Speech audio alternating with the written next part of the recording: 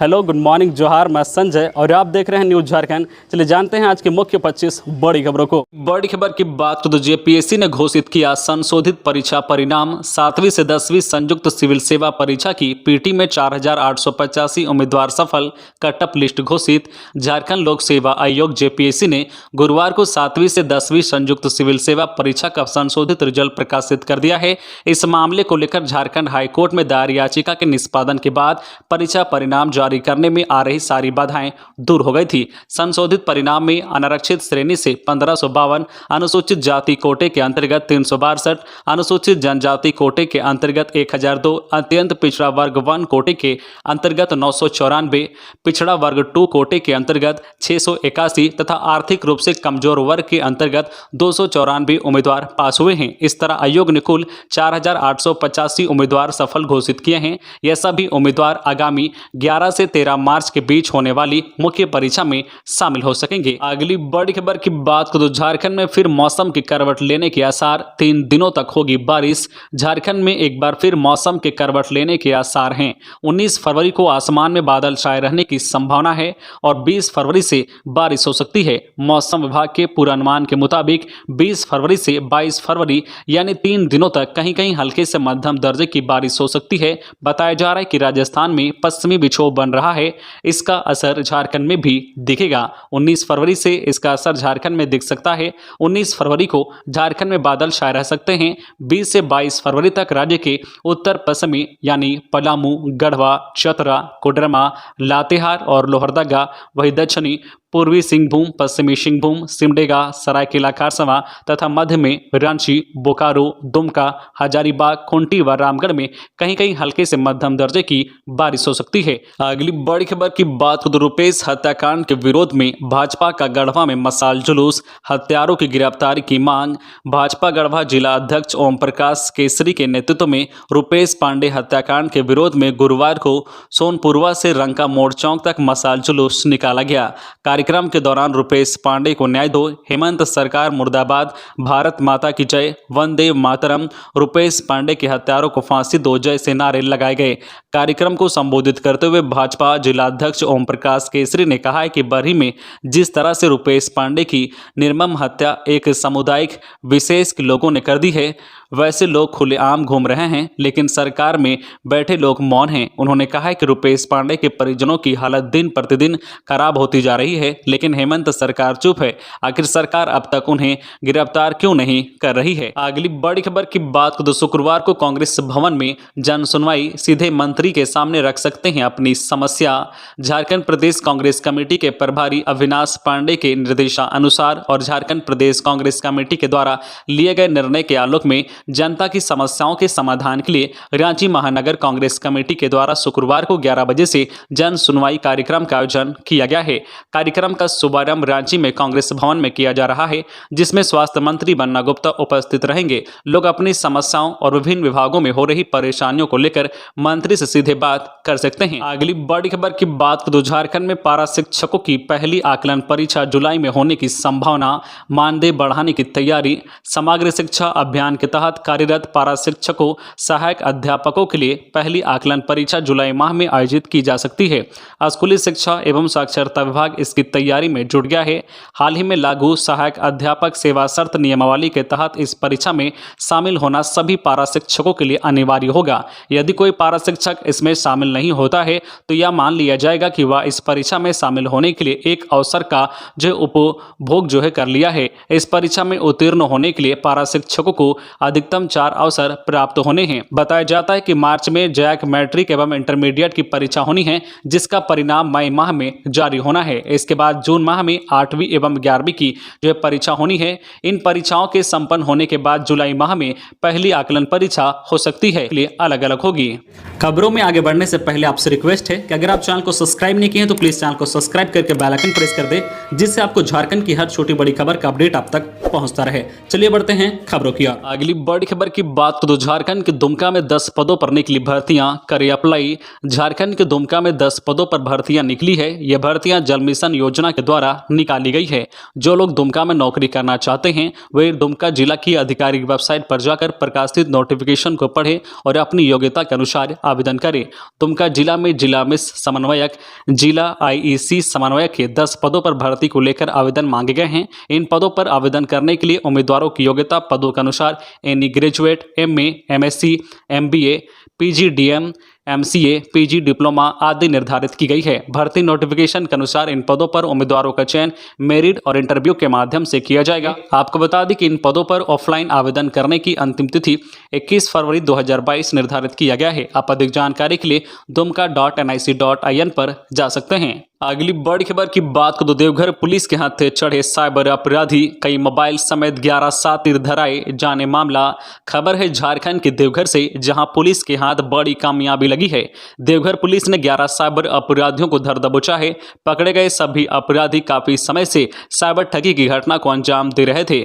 मामला देवघर के सारठ थाना क्षेत्र का है, जहां गुप्त सूचना के आधार पर देवघर पुलिस ने पिंडारी गांव से 11 साइबर अपराधियों को गिरफ्तार किया है। साइबर DSP व मुख्यालय DSP के नेतृत्व में यह कार्रवाई की गई है। अपराधियों के पास से 25 मोबाइल व 35 सिम कार्ड बरामद किया गया है। वही साइबर DSP सुमित प्रसाद ने बताया कि गिरफ्तार साइबर अपराधी फर्जी बैंक अधिकारी बनकर ग्राहकों से आधार और पैन नंबर लिंक करने के नाम पर ऑनलाइन अकाउंट खुलवाते थे और साइबर ठगी की घटना को अंजाम देते थे। अगली बड़ी खबर की बात तो देवघर में इस साल लगेगा श्रावणी मेला, DC ने की बैठक। देवघर में इस साल श्रावणी मेला लगेगा। इसकी तैयारी को लेकर DC मंजूनाथ भजंत्री ने अधिकारियों के साथ बैठक की तथा एक्शन प्लान बनाने का निर्देश दिया। बैठक में DC ने कहा है कि विगत 2 सालों से कोरोना के कारण मेला नहीं लगा। अधिकारियों को मेला की तैयारी करने का निर्देश दिया गया है। मेले में सुरक्षा और स्वच्छता पर विशेष ध्यान दिया जाएगा। मेले में श्रद्धालुओं को अच्छी अनुभूति हो, इसकी पूरी व्यवस्था की जाएगी। कांवरिया पथ पर विशेष सुरक्षा की व्यवस्था की जाएगी। अगली बड़ी खबर की बात तो झारखंड के दुमका में बंद पत्थर खदान में गिरा हाईवा, खलासी की मौत। शिकारीपाड़ा थाना क्षेत्र के सहरपुर में गुरुवार की सुबह दूसरी खदान से पत्थर लेकर जा रहा एक हाईवा संतुलन बिगड़ जाने के कारण करीब 150 फीट गहरे बंद खदान में गिर गया। हादसे में जो है हासा पाथर निवासी खलासी 24 वर्षीय अल्ताफ अंसारी की मौत हो गई। सूचना मिलने के बाद 2 क्रेन और 2 पोकलेन की मदद से राहत कार्य शुरू किया गया। पानी की गहराई अधिक होने के कारण करीब 5 घंटे की मशक्कत के बाद हाईवा को ही बाहर निकाला जा सका। शव की तलाशी के लिए बाहर से गोताखोर को बुलाया गया है। शुक्रवार को शव निकालने का प्रयास किया जाएगा। अगली बड़ी खबर की बात को माली से झारखंड के 33 मजदूरों में 23 की वतन वापसी। अफ्रीकी देश माली में फंसे बगोदर के 5 समेत झारखंड के 33 मजदूरों में से 23 की वतन वापसी हो गई है। बाकी बचे 10 मजदूरों की शनिवार को वतन वापसी होगी। आज शुक्रवार को 10 मजदूर माली के बमको से अपने वतन के लिए उड़ान भरेंगे। बताया कि सभी मजदूर शनिवार दोपहर 12:45 पर एयर एशिया फ्लाइट से रांची के बिरसा मुंडा एयरपोर्ट पहुंचेंगे। इससे पूर्व पहले समूह में 6 मजदूर, दूसरे समूह में 7 और तीसरे समूह में 10 मजदूरों की सकुशल वतन वापसी हो चुकी है।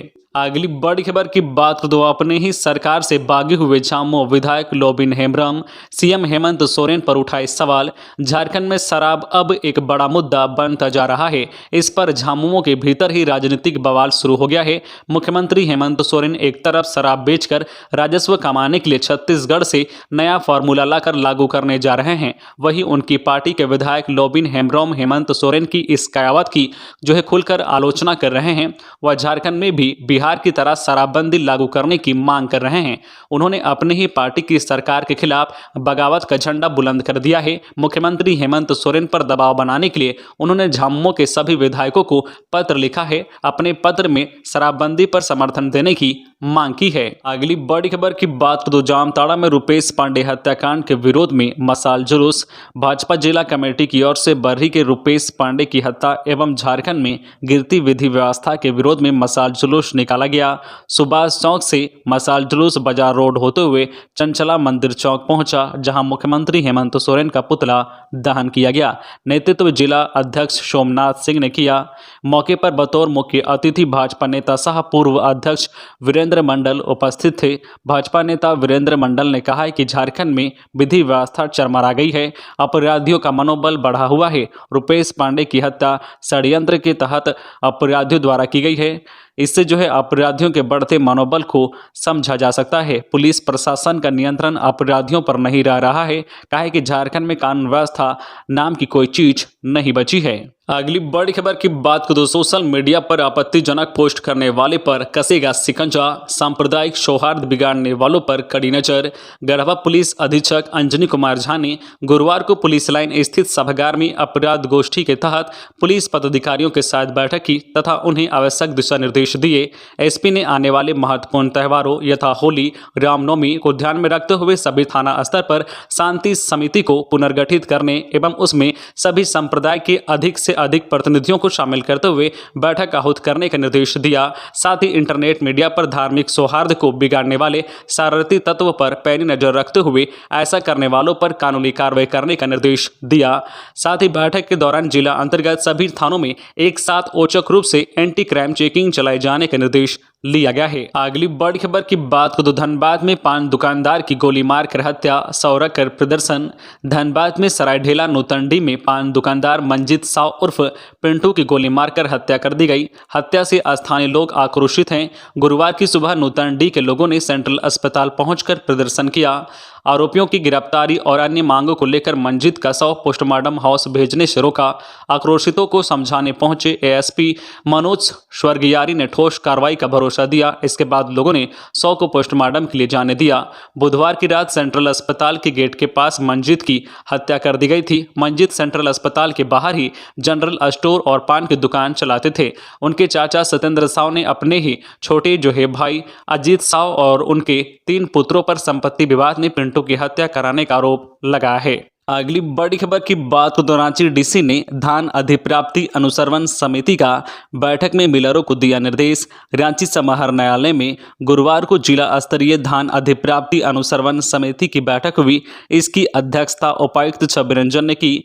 बैठक के दौरान उपायुक्त ने राइस मिलर द्वारा CMR जमा करने एवं जो है धान उठाव के कार्य की समीक्षा की। कहा है कि मिलर की वजह से किसानों को किसी प्रकार की परेशानी नहीं होनी चाहिए। उन्होंने सभी राइस मिलरों को समय जो है CMR जमा कराने और धान उठाव का निर्देश दिया है। अगली बड़ी खबर की बात तो झारखंड में मनरेगा योजना के क्रियान्वयन समझने पहुंचे बिहार सरकार के प्रधान सचिव। झारखंड में मनरेगा योजना के क्रियान्वयन एवं सामाजिक अंकेक्षण की बारीकियों को समझने बिहार सरकार के वरीय अधिकारी झारखंड पहुंचे। बिहार सरकार में ग्रामीण विकास विभाग के प्रधान सचिव ने झारखंड राज्य के मनरेगा मॉडल को समझने के लिए झारखंड आए हैं। ग्रामीण विकास विभाग एवं मनरेगा आयुक्त के साथ बैठक कर योजना के कार्यान्वयन की जानकारी ली है। प्रधान सचिव अरविंद कुमार चौधरी, ग्रामीण विकास विभाग, बिहार सरकार ने झारखंड में मनरेगा योजना के क्रियान्वयन एवं सामाजिक अंकेक्षण की जो है प्रक्रिया, नवाचार एवं जो है सामुदायिक भागीदारी के विभिन्न आयामों के विषय में विचार विमर्श किया। अगली बड़ी खबर की बात तो झारखंड में आधार कार्ड बनवाना होगा आसान, आम लोग को मिलेगी राहत, यह है तैयारी। आधार कार्ड बनवाने या आधार कार्ड में किसी तरह की अपडेट कराने की समस्या से जूझने वाले लोगों की परेशानी अब दूर होगी।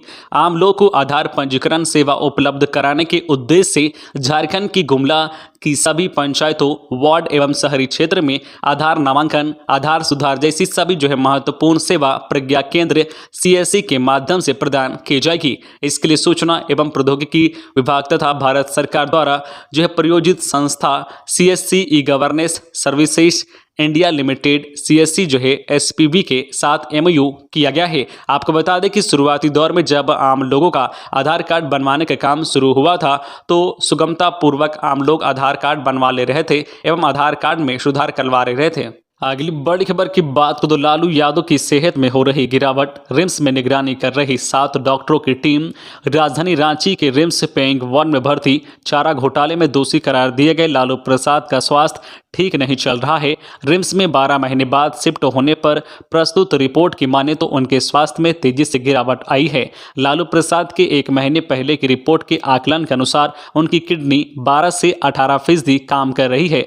रिपोर्ट में उनका AGFR 1516 बताया गया है। मेडिकल भाषा में लालू प्रसाद जो है क्रोनिक किडनी जो है डिजीज के 5 स्टेज में पहुंच गए हैं। हालांकि रिम्स में भर्ती होने के बाद उनके स्वास्थ्य का आकलन करने के लिए मेडिकल बोर्ड ने ब्लड और किडनी जो है फंक्शन की जांच के लिए सैंपल भेजा है। जांच रिपोर्ट आने के बाद किडनी की स्थिति का सही आकलन हो पाएगा। अगली बड़ी खबर की बात तो रांची से 3 मार्च को दक्षिण भारत दर्शन स्पेशल ट्रेन होगी रवाना, जाने किराया। कोरोना के कम होते मामलों के बाद देश के अलग अलग तीर्थ स्थल तीर्थ यात्रियों के दर्शन के लिए खुल चुके हैं। इसी बीच एक अच्छी खबर है कि अब खासतौर पर झारखंड और बिहार के लिए श्रद्धालुओं के लिए 2 मार्च से दक्षिण भारत यात्रा पर्यटन ट्रेन का शुभारंभ होने जा रहा है। यह ट्रेन बिहार झारखंड के कई शहरों और स्टेशन से होते हुए जो है मल्लिकार्जुन, रामेश्वरम, जगन्नाथपुरी, मदुराई और कन्याकुमारी की यात्रा करवाएगी। यह पूरी यात्रा 13 रात और 14 दिन की होगी। इस ट्रेन में 750 यात्री होंगे और पूरी यात्रा स्लीपर कोच के माध्यम से पूरी होगी। यह ट्रेन जो है जयनगर से रांची हटिया 3 मार्च को पहुंचेगी। इस ट्रेन का परिचालन Indian railway catering and tourism corporation limited द्वारा किया जा रहा है। यह ट्रेन बिहार के जयनगर से प्रारंभ होकर मधुबनी, दरभंगा, मुजफ्फरपुर, हाजीपुर, पटना, बख्तियारपुर, राजगीर, गया, कोडरमा, बोकारो, रांची, सरायकेला, झारसुगुड़ू होते हुए जाएगी। इस ट्रेन का किराया 13,230 रुपये होगा। अगली बड़ी खबर की बात करें तो भोजपुरी मगही झारखंड की लोकप्रिय भाषा। हम इसके पक्षधर संजय यादव। झारखंड प्रदेश राष्ट्रीय जनता दल के कार्यकारी अध्यक्ष संजय सिंह यादव ने पद संभालते ही बड़ा बयान दिया है। प्रदेश मुख्यालय में आयोजित प्रेस कॉन्फ्रेंसिंग के दौरान उन्होंने कहा है कि भोजपुरी और मगही झारखंड की लोकप्रिय भाषा है और हम इसके पक्षधर हैं। उन्होंने डंके की चोट पर कहा है कि पूरे राज्य में क्षेत्रीय भाषा के रूप में भोजपुरी मगही का भी होना जरूरी है। संजय ने कहा है कि यह लोकतांत्रिक देश है, इस राज्य को सजाने और सहेजने का काम हमारे पूर्वजों ने किया है। अगली बड़ी खबर की बात तो मंत्री मिथिलेश ठाकुर ने कहा, मौजूदा सरकार धरातल पर काम कर रही है। मंत्री मिथिलेश ठाकुर ने कहा है कि पिछली सरकार कागज पर काम करती थी, पर यह सरकार धरातल पर काम कर रही है। 1 वर्ष का जो है मेरिट लिस्ट बनाकर झारखंड राज्य में काम किया जाएगा, जिसमें विकास दिखेगा। यह बात श्री ठाकुर ने पत्रकारों से सतबरवा प्रखंड में जो है कंचन मैरिज प्लेस हॉल के उद्घाटन के मौके पर कही। तो ये थी आज की झारखंड की टॉप बड़ी खबरें। इसी तरह झारखंड की हर छोटी बड़ी खबर देखने के लिए आप हमारे चैनल न्यूज झारखंड चैनल को सब्सक्राइब करके बेल आइकन प्रेस कर दीजिए, जिससे आपको झारखंड की हर छोटी बड़ी खबर का अपडेट आप तक पहुंचता रहे। तो आज के लिए बस इतना ही, हमें दीजिए इजाजत, फिर मिलते हैं नेक्स्ट न्यूज में।